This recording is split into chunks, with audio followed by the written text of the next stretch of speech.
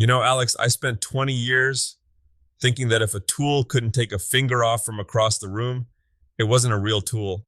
I lived in a world of 3-pound hammers and 5 horsepower motors. Then I tried to make a simple silver ring for my wife, and I realized that metal has a way of humbling you the second you shrink the scale. Is that what this is? This little silver pebble on the bench? Because it looks like a T-1000 from Terminator had a very bad day. That was supposed to be a bezel setting. I got a little too enthusiastic with the torch and learned the hard way that the distance between perfectly flowed solder and expensive puddle of regret is about half a second and maybe 2 degrees. Well, at least you're consistent. Whether it's a dining table or a trinket, you always manage to find the point of no return. But seriously, we're diving into the world of jewelry and small metalwork today. Most of our listeners are used to the big stuff. Why the sudden interest in the fiddly bits? Because jewelry making is like the concentrated espresso of the maker world. Everything counts more. In woodworking, a 16th of an inch is a gap you can fill with sawdust and glue. In silversmithing, a tenth of a millimeter is why the gemstone doesn't fit or why the hinge on a tiny locket won't swing. It's a discipline of precision that'll make your big scale work 10 times better. Looking at all this, it's a bit overwhelming. You've got everything from stringing beads to literally melting metal with a torch. If someone is sitting in their garage right now surrounded by 2x4s and wants to get into this, where's the entry ramp? You've got to pick your poison first. It's like choosing between turning bowls or building cabinets. You've got the cold connection world. That's your beaded jewelry and wire wrapping. That's the 4,300-year-old tradition. No fire, just pliers, wire, and a lot of patience. It's the ultimate kitchen table craft because you don't need a ventilation system or a fire extinguisher standing by.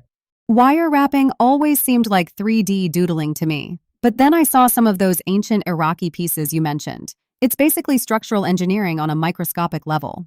Exactly. You're using the tension of the metal to trap a stone. No glue, no solder. It's honest work. But if you want to feel like a miniature blacksmith, that's when you step into silversmithing or goldsmithing. That involves the 3 H's, heating, hammering, and heartbreak. Oh, the heartbreak comes for free in every craft, Tiger. Don't act like it's a specialty feature. True, but there's also metal clay, which sounds like magic. It's literally microscopic particles of silver mixed with an organic binder. You mold it like Play-Doh, fire it in a kiln, or even with a small torch, the binder burns away, and boom, you're holding solid 0.999 silver. It's the ultimate cheat code for people with sculptor's hands, but a fear of saws. Okay, let's talk gear. Because I know you. You can't just buy a pair of pliers. You probably have a hammer handpiece or something that sounds vaguely medieval. Guilty as charged. I actually just picked up a Fordham SR motor. It's the heart of the shop. Imagine a Dremel, but with the engine of a tractor hanging on a pole and a foot pedal that gives you the control of a concert pianist. I saw a video about those. Someone was saying don't buy the cheap speed controller. Is that just gear snobbery or is there a reason? It's the difference between a volume knob and a light switch. With the cheap ones, the motor either does nothing or it's spinning at 10,000 RPMs trying to fly out of your hand.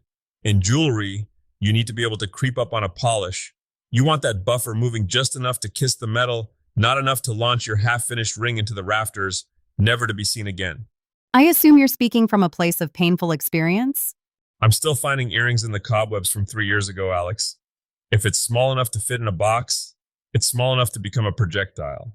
So, for the beginner who isn't ready to buy a suspended motor system, what are the must-haves?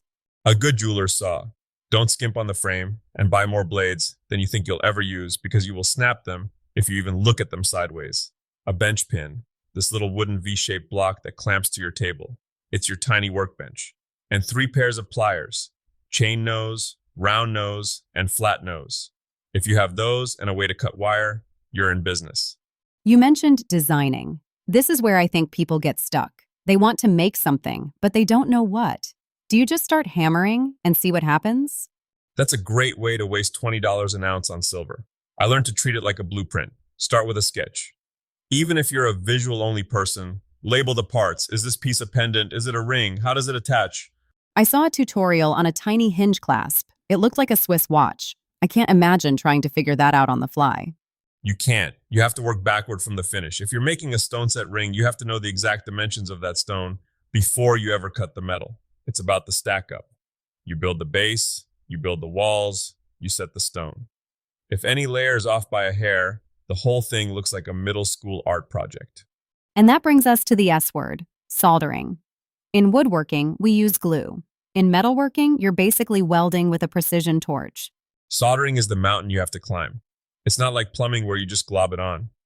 In jewelry, the fit of the joint has to be so tight that light doesn't pass through it. Solder doesn't fill gaps. It's a chemical bond. If there's a gap, the solder will just sit there and stare at you while the rest of your piece melts into a puddle. Give me one tiger tip for someone terrified of melting their work. Watch the flux. Flux is the liquid you paint on to keep the metal clean so the solder flows. When you heat it up, it goes through stages, it bubbles, it turns white and crusty, and then it turns clear and glassy. When it's glassy, that's your green light. That's when you're ready to dance. And remember, heat the whole piece, not just the solder. Solder is like a teenager. It only goes where the heat is. I've been watching these metalsmith vlogs lately. People like Basia or Christina, they make it look so meditative. But then you see the productive week videos, and they're struggling with the same stuff we do. A ring they thought was beyond saving, or finishing a batch of polishing envelopes. It's a job, isn't it? It's a grind, just like anything else. But there's a different kind of satisfaction in it. When I finish a cabinet, I feel like I've conquered a piece of the forest. When I finish a ring, I feel like I've captured a little bit of light. That's surprisingly poetic for a guy who once accidentally glued his hand to a lathe. Hey, the glue was high quality. But look, the reality of being a self-employed jewelry artist is that you aren't just a maker. You're a photographer, a shipper, a marketing agent, and a janitor. Small metalwork generates these tiny microscopic shards of silver and gold. Professional shops have sweeps. They literally vacuum the floor and send the dust to a refiner to get the metal back.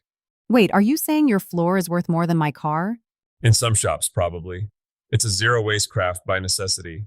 You save every dust bunny because that silver adds up. Okay, let's talk about the failure part. One of the vlogs mentioned a ring that was beyond saving, but they fixed it anyway. How do you know when to walk away from a piece versus when to keep fighting? In wood, if you cut it too short, it's scrap or it's a smaller project. In metal, you have the reset button called the melting crucible. If I've truly mangled the design, maybe I overheated it and the texture is ruined, or the proportions are just ugly, I don't throw it away. I melt it into a button and start over. That sounds incredibly cathartic. It's the ultimate do-over. But usually, most jewelry mistakes are fixable with a file and some sandpaper. You just have to be willing to spend 3 hours undoing a mistake that took 3 seconds to make. We haven't talked about stones. Lapidary work, is that a whole different rabbit hole? It's a separate burrow in the same hole. Most beginners should start by buying cabochons. Those are the stones that are flat on the bottom and domed on top. They're much easier to set. Faceted stones, the ones with the sparkly angles, require a level of precision that will make your hair fall out. I think I'll stick to the flat ones for now. Smart move. The key is the bezel.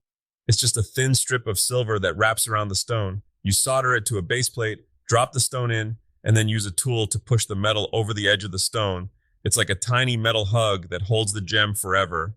A metal hug. You're on a roll today. Well, it's true. If you push too hard, you crack the stone. If you don't push enough, the stone rattles and eventually falls out at a wedding or something. It's all about finding that middle ground of just enough. What's the biggest noob mistake you see when people try to get into small metalwork? Aside from the too much heat issue, it's not finishing. People get the piece soldered together and they think they're done. But in jewelry, the finish is 70% of the work. You start with a coarse file, move to 220 grit sandpaper, then 400, 600, 800, 1200. Then you go to the polishing wheel with Tripoli compound, and finally rouge for that high mirror shine. That sounds like a lot of rubbing. It's a test of character. If you skip a grit, say you go from 400 to 800, you'll see the 400 grit scratches through the 800. And when you get it to a mirror polish, those scratches will look like canyons. You have to be disciplined. You have to learn to love the process of refining. So if I wanted to start tonight, right now, what's the one thing I should do? Go find a piece of copper wire. Not even silver, just a piece of scrap copper wire. Take some pliers and try to make a perfect circle. Not an ovally sort of round shape, a perfect circle where the ends meet so tightly you can't see the break. That sounds deceptively hard. It's the hello world of metalwork. If you can master the simple jump ring, you can build a crown. I like that. It's not about the gold or the diamonds, it's about the control. Exactly. And hey, if you melt the copper, it only costs you 5 cents instead of $50. Smart. I think I can handle a 5-cent disaster. That's how it starts. Next thing you know, you're looking at $500 rotary tools and hammer handpieces and wondering why your workbench is covered in microscopic silver dust. Well, at least I'll have a metal hug to show for it. There you go. Thanks for the deep dive, Tiger. I think I'm actually going to go try that wire circle. Just don't glue your hand to it. No promises.